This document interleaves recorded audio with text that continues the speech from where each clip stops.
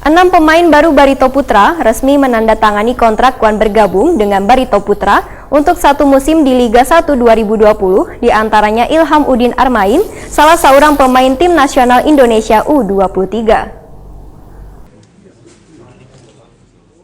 6 pemain Barito Putra resmi menandatangani kontrak bergabung dengan Barito Putra untuk satu musim di Liga 1 2020. Di antaranya Ilham Udin Armain, salah seorang pemain tim nasional Indonesia U23. Pemilik Barito Putra Hasnuriadi Sulaiman Waitakoni Prima TV tengah hari Sabtu 1 Februari 2020 menyatakan pihaknya berkeinginan mengontrak bebuan pemain muda ini selama 3 musim, namun masih ingin memberikan kesempatan kepada bebuan pemain ini untuk menunjukkan semangatnya dalam melakukan latihan dan bermain nantinya di lapangan.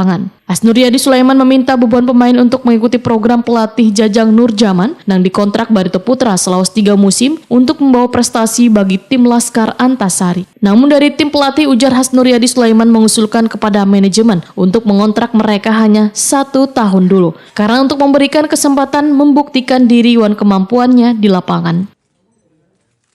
Kita yang bertahan kan itu pemain inti semua kan, kita sebut aja Rizky Mora, Bayu Pradana, Aditya Harlan, Emriandi, ya kan, Inyong kan, terus Dandi Maulana.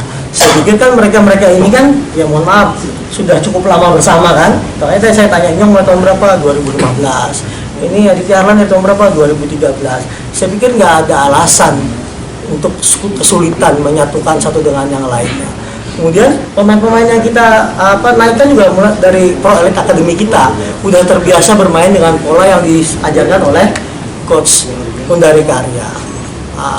Terus yang kita rekrut memang sesuai sama keperluan tim, cara bermain seperti apa yang kita harapkan. Sementara itu masih ada 1 slot legion asing yang kosong. Nantinya akan dilakukan penandatanganan kontraknya pada 3 Februari 2020. Sementara ngaran pemain asing ini masih dirahasiakan sambil menunggu penandatanganan kontrak secara resmi terlebih dahulu.